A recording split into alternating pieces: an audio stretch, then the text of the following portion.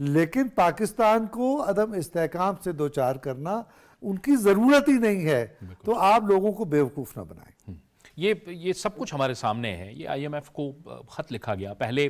ٹیلی phone ہوئے بابر بھائی، 2 وزرائے خزانہ کو، سابق وزیر خزانہ نے فون کیے، پھر اب آئی ایم ایف کو خط لکھا گیا، پھر آج جس سائفر معاملے کو اپوزیشن لیڈر عمر ایوب صاحب نے اٹھایا، انہوں نے تو بڑا نارملی اور کیجولی کہہ دیا کہ یہ کوئی اتنا بڑا مسئلہ نہیں ہے، لیکن یہ ایک بہت بڑا ایشو تھا جو کہ بنایا گیا تھا ان کی طرف سے، اور پاکستان کے جو ڈپلومیٹک ریلیشنز تھے وہ ایٹ اسٹیک ہو گئے تھے۔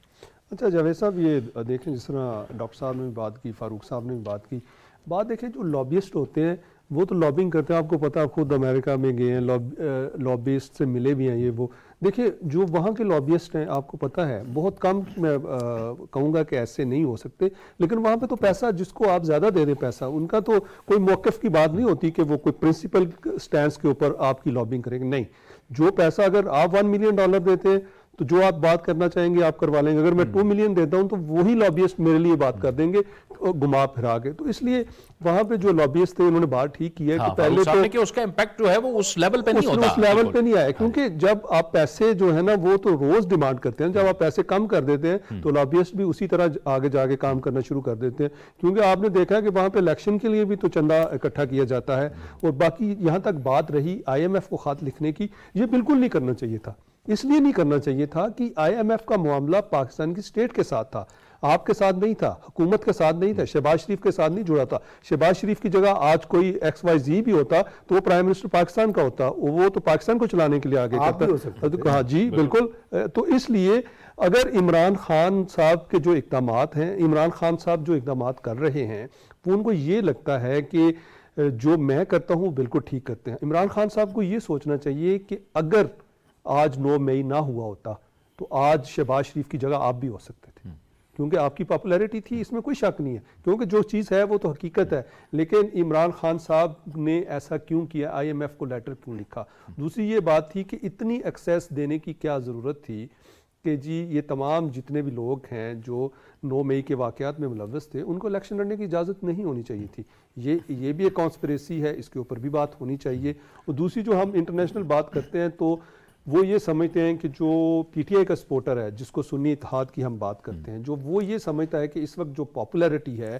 وہ جو ہے وہ عمران خان کے ساتھ، بھئی پاپولیرٹی تو ٹھیک ہے اس کے ساتھ ہوگی، لیکن اس نے ووٹ کتنے لیے ہیں؟ جو 300 اینڈ وہ ہمارے جو 336 ہونے ہیں، 266 جو تھے ڈائریکٹ، اور جو 336 ہونے ہیں جا کے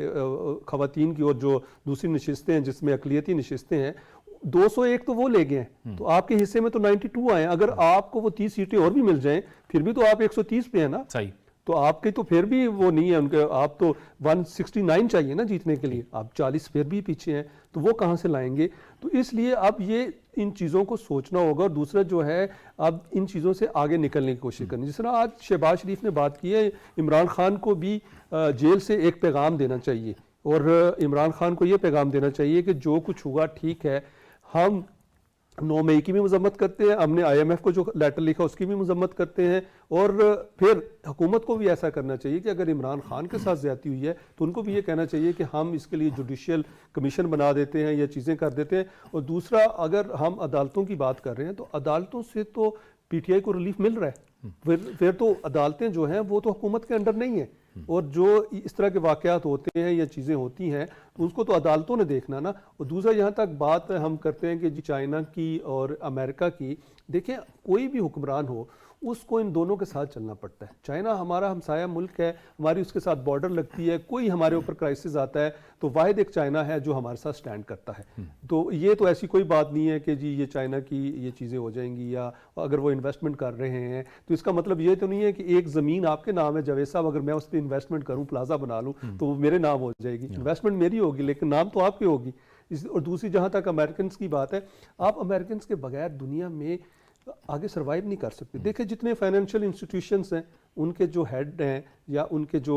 ہیڈ کوارٹرز ہیں وہ سارے کے سارے یو ایس اے میں ہیں، controlled by U S A, اچھا یہ تو ہو گیا فائنینشیل سائیڈ والی، آگے یونائٹڈ نیشنز ہے controlled by U S A, آگے دوسری ہیومینیٹیرین تنظیمیں ہیں controlled by U S A, اور دوسری یہ بات ہے کہ اگر آپ ہسٹری دیکھیں تو یو ایس اے نے تو ہمیشہ پاکستان کو سپورٹ کیا ہے، وہ کولیشن سپورٹ فنڈ کے حوالے سے دیکھ لیں. آپ کہیں پہ بھی یہ جو آپ کو جب بھی کسی چیز کی ضرورت پڑتی ہے تو امریکنس ہمیشہ آپ کو انگیج کر کے چلنا ہے نا, پوری دنیا کے ساتھ انگیج کر کے چلنا ہے. بات ڈاکٹر صاحب نے ایک بات کی ہے کہ ایک کنٹراڈکشن کیوں ہے, فاروق صاحب نے بھی یہی بات کی کہ کنٹراڈکشن کیوں ہے, کہ ایک طرف آپ کہتے ہیں کہ جی جو سائفر لہرا دیتے ہیں, ایک طرف آپ کہتے ہیں امریکنس ٹھیک نہیں ہے, دوسری طرف لابنگ بھی کر رہے ہیں. اصل میں بات یہ ہے کہ اب تو وہ تمام سپورٹ چاہتے ہیں جو ان کو مل نہیں رہی. اصل تو وہ ہر ایک سے بات کرنے کے لیے تیار ہے. پاپولزم کی بات ہے, وہ ایک پاپولزم ہے, لیکن بات یہ ہوتی ہے کہ پاپولزم کے ساتھ ساتھ آپ کو نمبر گیم کی بھی ضرورت ہوتی ہے, اور نمبر گیم آپ ہمیشہ اداروں کے بغیر حاصل نہیں کر سکتے. حکومت حاصل کرنے کے لیے آپ ظاہر ہے اس طرح کے نعرے لگاتے ہیں, پاپولزم کی بنیاد پہ نعرے لگاتے ہیں, لیکن ظاہر ہے گراؤنڈ ریالٹیز کچھ اور ہوتی ہیں, جس کی طرف آپ نے بھی اشارہ کیا کہ جب 201 ووٹ شہباز شریف صاحب نے لیے اور آپ 92 ووٹ لے کے اگر آپ اپوزیشن لیڈر ہوتے ہوئے آپ یہ کہہ رہے ہیں کہ میں وزیر اعظم ہوں, تو یہ یقینی طور پہ یہ سوچنا ہے, اس پہ سوچا جائے گا. اگر اب ان کو تھوڑی سی ہوپ یہ ہے کہ جی آگے جو 20 نومبر میں 2024 میں جو ٹرمپ کا الیکشن ہو رہا ہے, یعنی امریکن کا الیکشن ہو رہا ہے, کیونکہ وہ سمجھتے ہیں کہ اگر ٹرمپ جیت گیا, جس طرح انہوں نے بات کی ہے کہ اگر وہ, انہوں نے صحیح بات کی ہے ڈاکٹر صاحب نے, کہ دیکھیں جو وہاں کے لوگ ہیں جنہوں نے وہاں حکومت چلانی ہے, جو ان کے تھنک ٹینک ہے, ان کی اپنی اسٹیبلشمنٹ ہے, انہوں نے پہلے سارے فارمولاز بنائے ہوتے ہیں, ان کو انڈیویجولز کے ساتھ تعلق نہیں ہوتا, ان کا اسٹیٹ ٹو اسٹیٹ ہوتا ہے, اور وہ دیکھتے ہیں کہ اس خطے میں ہمیں پاکستان کی ضرورت ہے, ہمیں انڈیا کی ضرورت ہے, ہمیں بنگلہ دیش کی ضرورت ہے, چائنا, وہ اس کے ساتھ اپنے معاملات کو بہتر کرتے ہیں. بالکل وہ ریاست کے ساتھ تعلقات کو قائم رکھتے ہیں, اسٹیٹ ٹو اسٹیٹ بات کرتے ہیں. فاروق صاحب, یہ ہم نے دیکھا ہے کہ الیکشنز کے اندر ہم پہلے بھی الیکشن سے پہلے اپنے اس فورمز کے ذریعے سے یہ بات کرتے رہے ہیں کہ پاکستان کے ان الیکشنز کو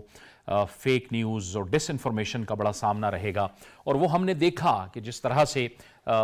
ڈس انفارمیشن پھیلائی گئی, گمراہ کن خبریں پھیلائی گئیں, اور کوشش کی گئی کہ الیکشنز پر سوالات پیدا کیے جائیں. یہ بھی اس نئی حکومت کے لیے, ہماری جو نئی حکومت ہے, پاکستان کی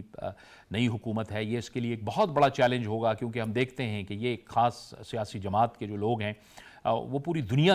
سے ملک کے اندر بھی آپریٹ کر رہے ہوتے ہیں اور پوری دنیا سے بھی آپریٹ کر رہے ہوتے ہیں, اور ایک یلغار ہوتی ہے ڈس انفارمیشن کی. سر یہ ڈس انفارمیشن کا جو سارا ہیڈ کوارٹر ہے, یہ ایک شہر ہے انڈیا کا, چھوٹا سا گڑگاؤں دلی کے پاس. یہ سارا سر یہ نیٹ ورک آپریٹنگ سسٹم وہاں سے چلتا ہے, اور اس کی دوسری بڑی شاخ جو ہے وہ دبئی میں بیٹھی ہوئی ہے. اب پاکستان حکومت کے لیے یہ چیلنج تب ہے جب وہ ان چیزوں کی نشاندہی ثبوتوں کے ساتھ اور ان لوگوں کے ذریعے جن کو پکڑا جا چکا ہے اس کام کے اندر کرتے ہوئے, ان کنٹریز کے حوالے کیا جائے, ان کو بتایا جائے کہ دیکھیں یہ ہمارے ملک میں مداخلت کر رہے ہیں اور عوام اور نوجوانوں کو اور پاکستان کی اکانومی کو ہرٹ کرنے کی کوشش کی جا رہی ہے, تو یہ ہمارے مفاد میں نہیں ہے, آپ ان کو اپنی زمین کا استعمال اور اپنے نیٹ ورک کا استعمال مت کرنے دیں. یہ ایک دم یہ چیز ٹھیک ہو سکتی ہے, مگر وہ لیوریج لینا ان کنٹریز کے ساتھ, اور خاص طور پہ جو دبئی میں جو ان کا ہیڈ کوارٹر ہے اور جو انڈیا گڑگاؤں میں ہے, اس تک جانے کے لیے ان گورنمنٹس کا آپ کے ساتھ کوآپریٹ کرنا, خیر سگالی ہونا, دوستی ہونا, اور ان کی بھلائی ان کا ہونا, بھلا چاہنا ہمارا, یہ بہت ضروری ہے. اس لیے یہ چیز ہو رہی ہے اور یہ چیلنج بنے گا, ورنہ پاکستان کے اندر سے بیٹھ کر کے ایسا کرنا اب تقریباً ناممکن ہو گیا ہے. اور جو ادارے ہیں انہوں نے اس کے اوپر بہت بڑی طریقے سے, حکمت سے, سمجھداری سے آئسولیٹ کر کے جو انہوں نے سٹیپس اٹھائے ہیں, اور وہ بہت زیادہ بگڑے نہیں ہیں کیسز, تو وہ ایک اشارہ تو پاکستان کے اندر سے کنٹرول ہے. باہر کی کنٹریز میں جو کنٹرول ہے اس ان دو جگہ سے اگر آپ کنٹرول کر لیں, یہ 98% ہے پروپیگنڈے کا, 2% یہ امریکہ میں اور لندن میں جو لوگ بیٹھے ہوئے ہیں, یہ لوگ بھی کنٹرول ہو جائیں گے, کیونکہ ان کے آگے جو سپورٹ میکنزم جب ٹوٹ جائے گا تو یہ بھی آگے نہیں بڑھیں گے, اور یہ خود بھی اتنے بہادر نہیں ہیں کہ یہ اٹھ کے اپنے چہرے سے, اپنے چہرے پہ ماسک لگائے بغیر اصلی آئی ڈی سے کوئی ایک جملہ بھی کام کا لکھ سکیں. یہ سارا کچھ یہ دوسری 2 اسٹیٹس اس میں انوالوڈ ہیں, اور ہم یہ چیز پاکستانی گورنمنٹ کو کئی دفعہ مختلف ذریعے سے بتا چکے ہیں یہاں سے, امریکہ سے, کہ آپ کے کنٹری کے اندر, میڈیا کے اندر دوسری انٹیلیجنس آپریٹیوز ہیں, پرائیویٹ انٹیلیجنس کمپنیز ہیں, وہ مداخلت کر رہی ہیں, مگر پاکستانی خود سے بھی موٹیویٹڈ بہت زیادہ ہے, مگر وہ جو ایج گروپ ہے وہ کنٹرولیبل ہے. مگر یہ جو دوسرے 2 کنٹری سٹیٹس انوالوڈ ہیں تھوڑا سا مشکل ہے. ان میں سے 1-2 تو ایسے آدمی بھی ہیں سر جن کو مجھے کہتے ہوئے بھی خوف آتا ہے کہ وہ ہمارے اپنے ریاستی اداروں کے پہلے ان کے آفیسرز تھے, وہ اس میں اس وقت بیٹھ کر کے اس پارٹی کی مدد کر رہے ہیں، گورنمنٹ آف پاکستان کے لیے پرابلمز کریٹ کر رہے ہیں، امپریشنز خراب کر رہے ہیں، پولیٹیکل اسائلمز کے کیسز بنا رہے ہیں لوگوں کے لیے. جی ہم وہ ان کا ذکر بھی ہوتا رہا ہے، وہ جو لوگ ہیں، اور اب تو خود وہ جماعت بھی اپنے آپ کو اس سے جو ہے وہ ڈسکنیکٹ کرنے کی کوشش کر رہی ہے. لیکن ڈاکٹر صاحب ظاہر ہے کہ یہ ساری چیزیں ہم نے دیکھی. آج وزیر اعظم صاحب نے اس بات کا بھی ذکر کیا کہ جو پہلے بھی ہم بات کی کہ وہ سیم پیج جو تھا وہ بجائے اس کے کہ آپ عوام کی بہتری کے لیے اس کو استعمال کرتے، اس کے لیے اس پر کام کرتے. جب ان کی حکومت تھی تو انہوں نے وزیر اعظم صاحب نے کہا کہ اپوزیشن کو ساروں کو جیلوں میں ڈال دیا، اور بجائے اس کے کہ آپ اداروں کے ساتھ کھڑے ہوتے، آپ نے ملک کے خلاف، آپ نے پاکستان کے اداروں کے خلاف زہر اگلنا شروع کر دیا. اور نہ صرف خود اگلا بلکہ اسی طرح پروپیگنڈا کر کے اور مختلف جگہوں سے ظاہر ہے پروپیگنڈا کروایا گیا اداروں کے خلاف. اچھا، اس پہ بڑی تفصیلی اور واضح بات ہو گئی. جہاں تک انڈیا کا معاملہ ہے تو ہم یہ سمجھتے ہیں کہ انڈیا ہمارے مفادات کے خلاف ایز ریاست ملوث ہوتا ہے اور وہ یہ کام کرتا ہے. لیکن جیسے کہا گیا انڈیا کو بھی کنٹرول کیا جا سکتا ہے، اس کے بھی ذرائع موجود ہیں. لیکن اس کے علاوہ اگر ہم یہ سمجھتے ہیں کہ کوئی اور ریاست اس پاکستان کے خلاف پروپیگنڈے میں شریک ہے تو یہ تاثر درست نہیں ہے. وہاں نان اسٹیٹ ایکٹرز تو ایسا کام کر سکتے ہیں، ان سے تو آپ یہ کر سکتے ہیں. ریاست اور کوئی پاکستان کا دوست ملک اس کے علاوہ ایسا نہیں ہے جسے آپ استعمال کر سکیں پاکستان کی ریاست اور اس کے مفادات کے خلاف. یہ بات ضرور واضح رہنی چاہیے. ایک بات میں اور کہنا چاہتا ہوں، ذرا سا آپ کے سوال سے ڈیویٹ کرتے ہوئے آپ کی اجازت سے. جی ضرور. کہ جیسے ابھی بابر ذکر کر رہے تھے پی ٹی آئی کے ورکر کا اور بانی پی ٹی آئی کا، بانی پی ٹی آئی کا. دیکھیں اس وقت ضرورت یہ ہے کہ سیاست میچور ہو، اور سیاست اتنی میچور ہو کہ ملک کے حق میں ایک طاقت بن جائے. بالکل. یہ کیسے ہو سکتا ہے؟ اگر آپ ملک سے مخلص ہیں، آپ ملک میں استحکام چاہتے ہیں، پاکستان کی خدمت کرنا چاہتے ہیں، تو پھر آپ کو اپنے کارکن کو ایجوکیٹ کرنا ہے. آپ نے اس کی سیاسی تربیت کرنی ہے. آپ نے اس کو گلی کا روڑا نہیں بنانا جو لوگوں پر آوازیں کستا پھرے، جو لوگوں پر حملے کرے، لوگوں کو جوتے دکھائے. آپ کا کارکن ایک باوقار سیاسی کارکن ہونا چاہیے. اگر کوئی سیاسی جماعت، چاہے آپ اس کو پی ٹی آئی کہیں یا سنی اتحاد تحریک کہیں، اپنے کارکن کو اس طرح سے تیار نہیں کر رہی ہے تو یہ بڑی خطرناک بات ہے. پھر میں یہ کہوں گا جس طرح سے یعنی ایک چہرہ آپ نے اینٹی امریکہ چہرہ بنایا اور کام آپ نے اس سے بالکل الٹ کیا. اسی طرح سے اگر آپ اپنے کارکن کو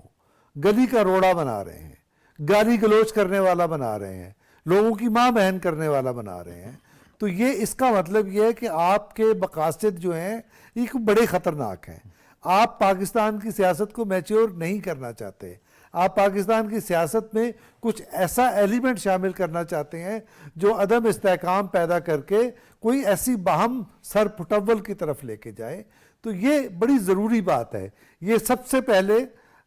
پارٹی کے اندر وہ عنصر جو اس ملک کے ساتھ، جو اس پارٹی کے ساتھ، جو پاکستان کے عوام کے ساتھ مخلص ہے، اس چیز کو سمجھے اور اپنا کردار ادا کرے. اور جب سمجھ لے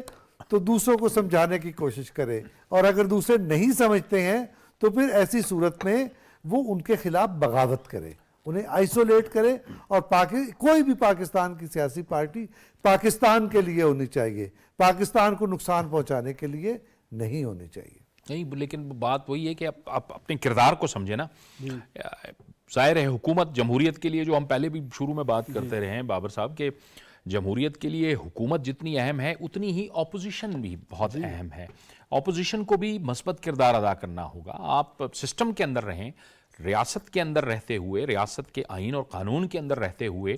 اپنے معاملات کو آگے بڑھائیں اور اپنا حصہ ڈالیں ملک کی ترقی کے لیے. اچھا جاوید بھائی، یہ جب آپ نے یہ جو بات کی ہے نا کہ جتنا کردار جو ہے وہ حکومت کا ہوتا ہے، بلکہ میں سمجھتا ہوں اس سے زیادہ اپوزیشن کا ہوتا ہے. ٹھیک. دیکھیں حکومت کو تو بہت سے مسائل کا سامنا کرنا پڑ رہا ہوتا ہے، تو اپوزیشن جو ہے وہ ریلیکس کر رہی ہوتی ہے. جس طرح اب آپ اس وقت پروگرام کر رہے ہیں تو آپ سمجھے آپ حکومت میں ہیں، اور جو ہمیں یہ دیکھ رہے ہیں دوسرے، وہ ہمیں زیادہ اچھا جج کر سکتے ہیں کہ کیا ہو رہا ہے کیا نہیں ہو رہا. تو اس لیے جو اپوزیشن کا اس وقت کردار ہے وہ یہ ہے کہ اپوزیشن کو یہ چاہیے کہ اس وقت پازیٹیو کردار ادا کرے، اور اگر پازیٹیو کردار ادا نہیں کرنا چاہتی، اگر وہ چاہتے ہیں کہ جی ہم اسی طرح سسٹم کو آگے لے کے چلنا ہے، تو پھر آپ اسمبلیوں میں نہ جائیں، آپ تنخواہیں لیتے رہیں، حکومت اس کے خزانے کے اوپر بوجھ ڈالتے رہیں اور آگے چلتے رہیں. اور جس طرح ڈاکٹر صاحب نے ایک بات کی ہے کہ تربیت کی، اب دیکھیں جو کارکنان کی تربیت ہے وہ پہلے ہمیشہ ہوا کرتی تھی. آج سے پہلے اگر 30 سال پہلے کی بات دیکھ لیں، آج بھی میں پیپلز پارٹی کے ورکر کو سلیوٹ پیش کرتا ہوں. جو ان کا آج اگر جو آپ کا جماعت اسلامی کا ورکر ہے، میں اس کو سلیوٹ پیش کرتا ہوں، کیونکہ یہ دو ایسی جماعتیں ہیں جن کے جو کارکنان ہیں، جو ان کی پولیٹیکل لیڈرشپ ہے، مین لیڈرشپ ہے، یا آپ دیکھ لیں کہ ان کی جو سیکنڈ لیئرز کی ہے، فرسٹ کی ہے،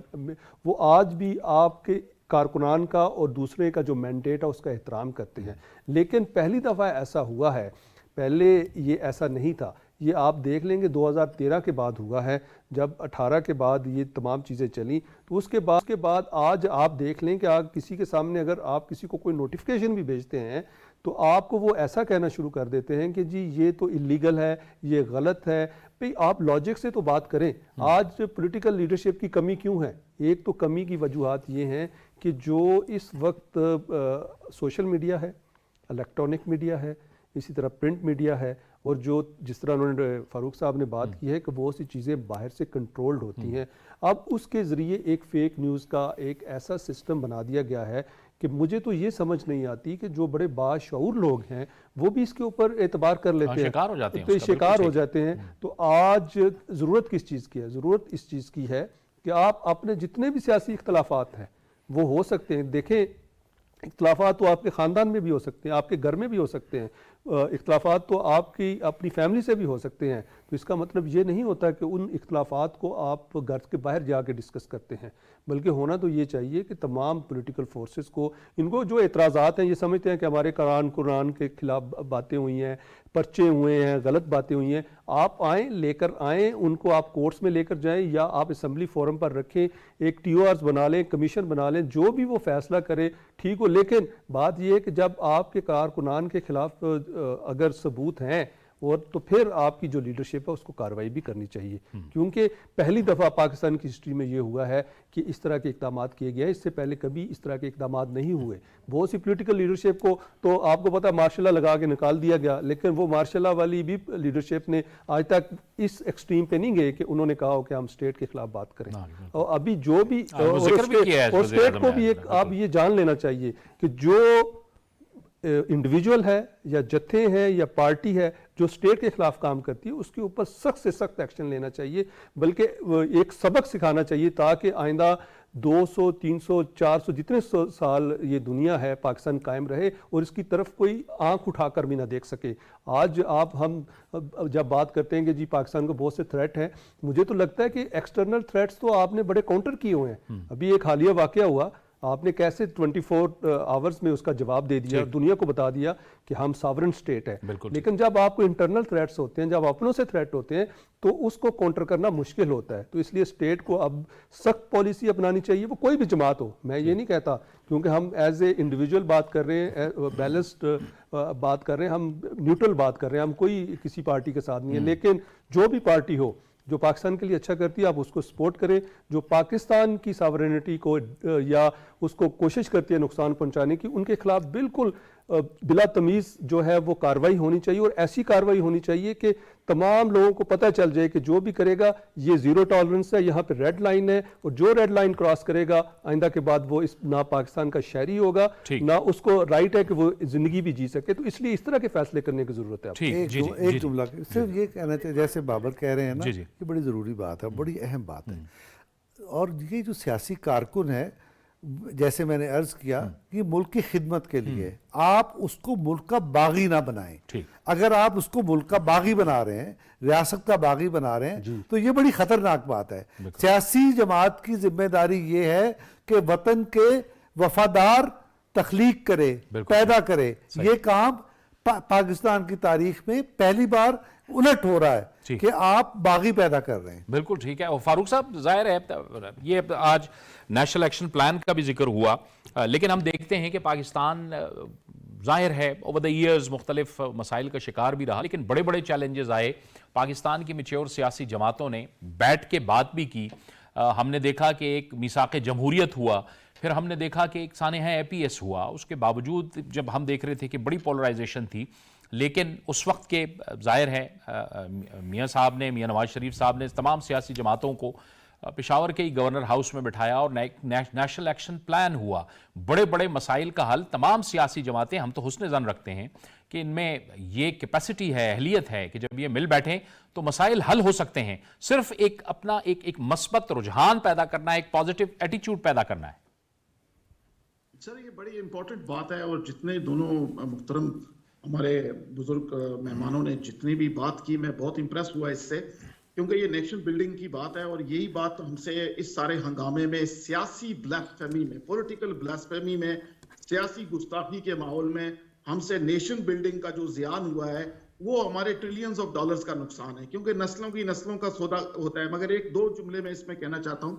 پھر اس کے بعد میں نیشنل ایکشن پہ بات کرتا ہوں. کہ پہلی بات تو یہ ہے کہ جس پارٹی کے کارکن کو اور لیڈر کو حکومت ملنے کے باوجود وہ 100 میل کی رفتار سے ملک کو دیوار سے ٹکرانے کی طرف لے جا رہے تھے، اب وہ جب اپوزیشن میں بیٹھے ہیں تو ابھی بھی ان کا ایٹیٹیوڈ وہی ہے.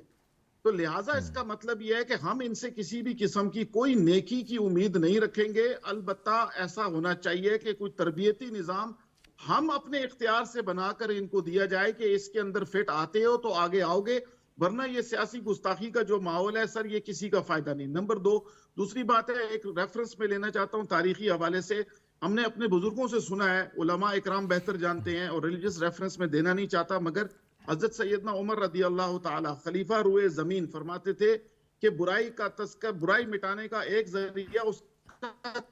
تذکرہ مٹانے کا ذریعہ ہے. یہ میڈیا اور سوشل میڈیا اگر ان کے تذکرے کو کم کر دے نا 5% پر حساب سے ہر 6 مہینے کے بعد، تو بہت بڑا فرق پڑ جائے گا. مگر اس کی بھی اسٹریٹجی یا حکمت عملی ہونے کے باوجود عمل درآمد میں نہیں ہے. دوسری بات جو آپ نے فرمایا سر، یقین کیجئے انہی انسانوں کے بنائے ہوئے مسائل کا حل بھی انہی انسانوں کے عقل میں. یہ جو ڈیموکریسی کے اندر جو مسائل ہیں، یہ کوئی قدرتی آفات تو نہیں ہے، یہ تو لوگوں کے مفاد اور انڈسٹری اور اس کے پیچھے جو سپانسرز ہیں ان کی ایک کھچڑی ہوتی ہے، جس کو جو زیادہ بہتر سمجھتا ہے یا جس نے یہ چیز کریٹ کی ہوتی ہے وہ ان کو حل کر لیتا ہے. ہم ہر مسئلے کا حل، اب تو دیکھیں ٹیکنو ڈیموکریسی کا زمانہ آ گیا ہے. یہاں چھوٹے چھوٹے ٹاؤن امریکہ میں، یورپ میں ٹیکنالوجی کے ذریعے سیاست کے اس حصے کو جس کو سوشل ورک کہتے ہیں، جو عوام کی زندگی اور کوالٹی آف لائف کو ابھارنے کے لیے وجود میں لایا تھا اینشنٹ رومن ٹائمز میں، اس کے اندر ٹیکنالوجی کے ذریعے، خبر اویئرنس کے ذریعے لوگوں کی تربیت اور ان کی سہولت بھی پیدا کر رہے ہیں، جس کا کچھ ماڈل میں نے پاکستان میں 1-2 جگہ پر دیکھا ہے، وہ کسی بعد کے وقت میں دیکھیں گے. مگر اس کو انٹروڈیوس کرنا ضروری ہے، اور یہ وہ گڈ ول ہے جس کی طرف جاوید صاحب آپ نے اشارہ کیا، اور میرے محترم جو گیسٹ ہیں انہوں نے بھی اشارہ کیا کہ یہ گڈ ول اگر پیدا ہو جائے، اور یہ ہم ہوگی اگر ہم اس کا اشارہ ٹیکنالوجی کے ضمن میں لے جائیں تھوڑی دیر کے لیے. ٹھیک ہے، بہت بہت شکریہ خان فاروق علی صاحب آپ کا، ڈاکٹر فاروق عادل صاحب آپ کا، بابر گورسی صاحب آپ کا بھی بہت شکریہ. جو مسائل کا حل ہے وہ یہی ہے کہ سب مل کر چلیں. جیسے کہ آج وزیر اعظم شہباز شریف نے بھی اپنی تقریر میں کہا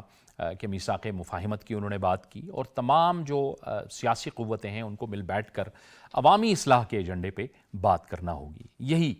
جو عوامی مسائل ہیں ان کا حل بھی ہوگا، اور ملک کو جو درپیش چیلنجز ہیں ان کا بھی حل اسی میں مضمر ہے. جاوید اقبال کو اجازت دیجیے، اللہ حافظ.